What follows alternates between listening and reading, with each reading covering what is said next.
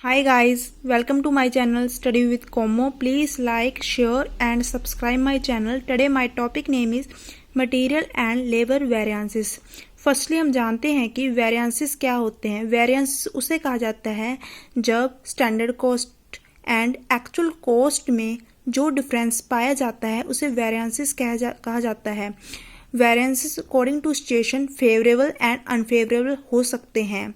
जब actual cost standard cost से कम है तो वो फेवरेबल वेरिएंसेस कहलाएगा. अगर हमारी एक्चुअल कॉस्ट स्टैंडर्ड कॉस्ट से ज़्यादा है तो वो अनफेवरेबल वेरिएंस कहलाएगा. वेरिएंसेस को 4 पार्ट में डिवाइड किया गया है. Firstly direct material variances, secondly direct labour variances, overhead variances and sales variances. Firstly हम करेंगे कि डायरेक्ट मटेरियल वेरिएंसेस होता क्या है.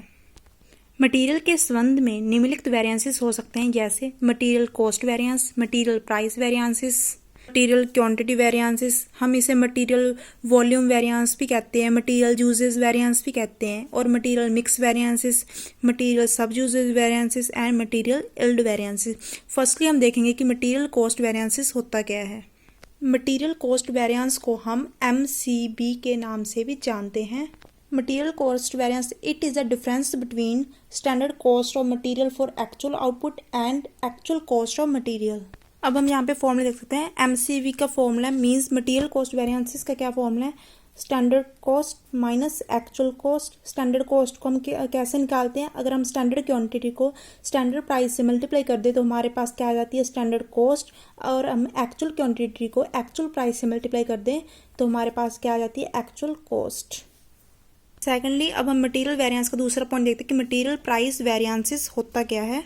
Material price variances material cost variances का वह पोर्शन है जो मटेरियल के standard price and actual price में डिफरेंस के कारण होता है, उसे हम मटेरियल प्राइस वेरिएंसेस कहते हैं. मटेरियल प्राइस वेरिएंसेस का फॉर्मूला एक्चुअल क्वांटिटी ब्रैकेट में standard price minus actual price. तो जब इन दोनों का माइनस कर देंगे और मल्टीप्लाई कर देंगे एक्चुअल क्वांटिटी से तो हमारे पास क्या आ जाएगा मटेरियल प्राइस वेरिएंसेस. इसको हम मटेरियल प्राइस वेरिएंसेस को हम MPV लिख सकते हैं और इसको शॉर्ट फॉर्म में लिख सकते हैं AQ ब्रैकेट में SQ माइनस AP ब्रैकेट बंद.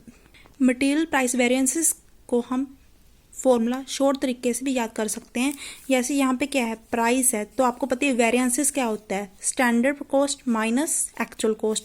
तो यहाँ पे क्या है प्राइस है तो हम यहाँ पे क्या लिख देंगे SP minus AP means standard price minus actual price. और जब हम मार्केट में जाते हैं तो वो दुकानदार हमें एक्चुअल प्राइस भी देता है तो यहाँ पे क्या आ जाएगा एक्चुअल A आ जाएगा और उसके साथ क्या लगा देंगे क्वांटिटी, क्योंकि हमने यहाँ पे प्राइस यूज़ कर लिया. अब इस यहाँ पे तो क्वांटिटी आएगा नहीं क्योंकि अब तो हमने यहाँ पे प्राइस यूज़ कर लिया, तो हम क्या लगा देंगे एक्चुअल के साथ क्या लगा देंगे क्वांटिटी लगा देंगे. इस फॉर्मूले को याद करने का आइडिया. थर्डली हमारा मेथड है मटेरियल क्वांटिटी वेरिएंसेस. अब हम देखते हैं कि मटेरियल क्वांटिटी वेरिएंस होता क्या है. फर्स्टली मटेरियल क्वांटिटी वेरिएंस को मटेरियल यूजेस वेरिएंस भी कहा जाता है और वॉल्यूम वेरिएंस भी कहा जाता है. Material quantity variance material cost variance का वह पोर्शन है जो मटेरियल की स्टैंडर्ड क्वांटिटी जो हमने एक्चुअल क्वांटिटी यूज की है के डिफरेंस के कारण उत्पन्न होता है.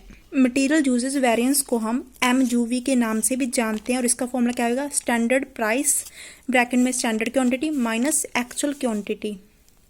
जैसे मैंने आपको पिछले ट्रिक में क्या बताया था, हमारे पास वहाँ क्या था प्राइस था, तो अब यहाँ पे क्या है हमारे पास क्वांटिटी है. Material usage variance, material quantity variance and material volume variance. तो यहाँ पे क्या क्वांटिटी, तो यहाँ पे ब्रैकेट में क्या आ जाएगा क्वांटिटी. S और A तो वैसे का वैसे ही रहेगा, मीन्स वेरिएंस का फॉर्मूला क्या था standard cost minus actual cost, but हमारे पास यहाँ पे क्या आ गया क्वांटिटी आ गया तो क्या लगेगा SQ माइनस AQ और यहाँ पे क्या आ जाएगा स्टैंडर्ड प्राइस. वहाँ पे क्या आया था पिछले वाले फॉर्मूले में AQ और ब्रैकेट में क्या आया था SP माइनस AP. और एक बात हमेशा याद रखना, जो मटेरियल कॉस्ट वेरिएंस होता है वो material price variance plus material usage variance के इक्वल होता है. Means MCV equal to MPV plus MUV. क्योंकि कई बार हमको क्वेश्चन में सीधे MPV और MUV निकाल के दिया होता है और हमें सीधा MCV निकालना, तो हम इस शॉर्ट फॉर्मूले से MCV को फाइंड कर सकते हैं. अब हम इन तीनों फॉर्मूलों से रिलेटेड एक प्रैक्टिकल क्वेश्चन को देख लेते हैं. जैसे हम इस क्वेश्चन में दे सकते हैं कि हमें बता रखा था standard material required for production, हमें production standard material means standard quantity हमें बता रखी है 5200 किलोग्राम और स्टैंडर्ड प्राइस बता रखा है 2 पर kilogram has been fixed for the material. कहते हैं आगे क्या बताया, the actual quantity of material use for the product, हमें एक्चुअल क्वांटिटी प्रोडक्ट के लिए यूज़ कितनी की है 5600 और हमें पे कितना किया 14000 has been paid for material, हमने 14000 पे किया कितनी क्वांटिटी के लिए 5600 किलोग्राम के लिए, हमने 5600 क्वांटिटी के लिए हमने कितना पे किया 14000। बट हमें यहाँ पे कॉस्ट में हमें एक्चुअल प्राइस गिवन नहीं है, हमें यहाँ पे एक्चुअल क्वांटिटी तो बता रखी है, हमने 5600 किलोग्राम क्वांटिटी है हमारी एक्चुअल, उसके लिए हमने 14000 पे की है और हमें एक्चुअल प्राइस निकालना है। और हमें क्या निकालना है, मटेरियल कॉस्ट वेरिएंसेस निकालने हैं, material price variances and material usages variances. तो जैसे हमें कॉस्ट में गिवन था स्टैंडर्ड मटेरियल कितना था 5200 किलोग्राम, तो मैंने यहाँ पे लिख लिया स्टैंडर्ड क्वांटिटी कितनी थी 5200 किलोग्राम और एक्चुअल प्राइस स्टैंडर्ड प्राइस हमें दे रखा था 2 पर किलोग्राम, तो हमने 2 पर किलोग्राम यहाँ पे लिख लिया हमारा स्टैंडर्ड प्राइस। फिर हमें एक्चुअल क्वांटिटी बता रखी थी 5600 किलोग्राम, तो मैंने यहाँ पे लिख ली एक्चुअल क्वांटिटी 5600 किलोग्राम।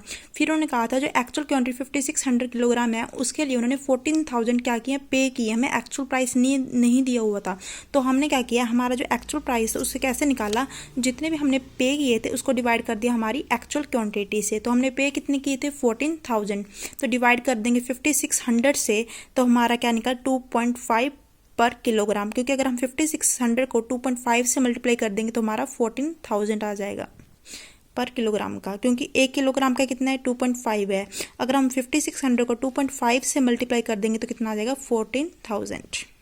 तो फर्स्टली हमने कॉस्ट में क्या निकालना था मटेरियल कॉस्ट वेरिएंसेस, तो मैंने यहाँ पे लिख दिया मटेरियल कॉस्ट वेरिएंसेस और हमने यहाँ पे सारी चीज़ हमारी लिख ली थी।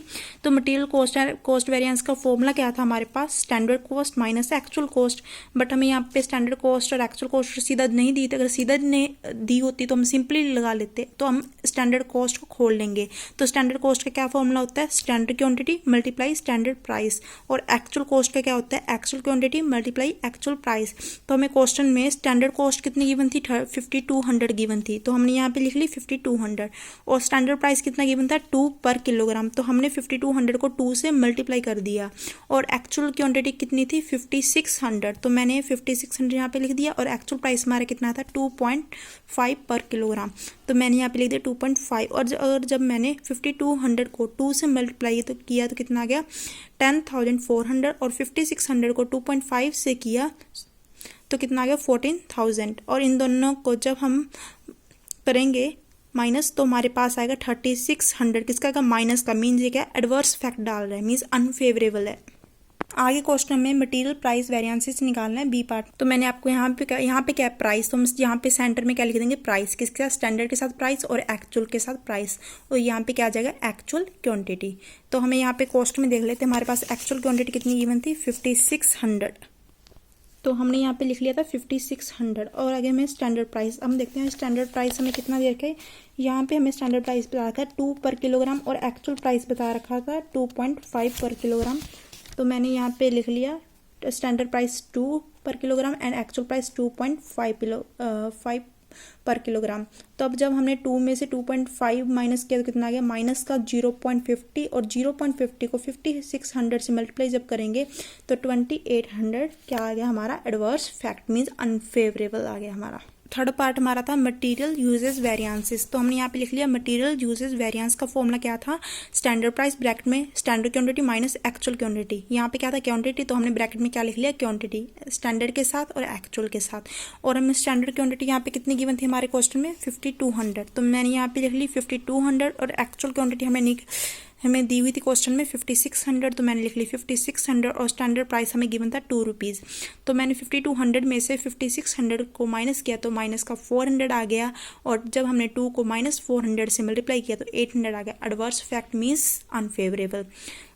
एक बात ध्यान में रखना कि जो पहले हम ब्रैकेट वाला सॉल्व करेंगे और उसके बाद फिर दूसरे से मल्टीप्लाई करेंगे, मीन्स पहले हमने एस क्यू और माइनस ए क्यू किया, जो हमारा आंसर आया उसको हमने एस पी से मल्टीप्लाई की।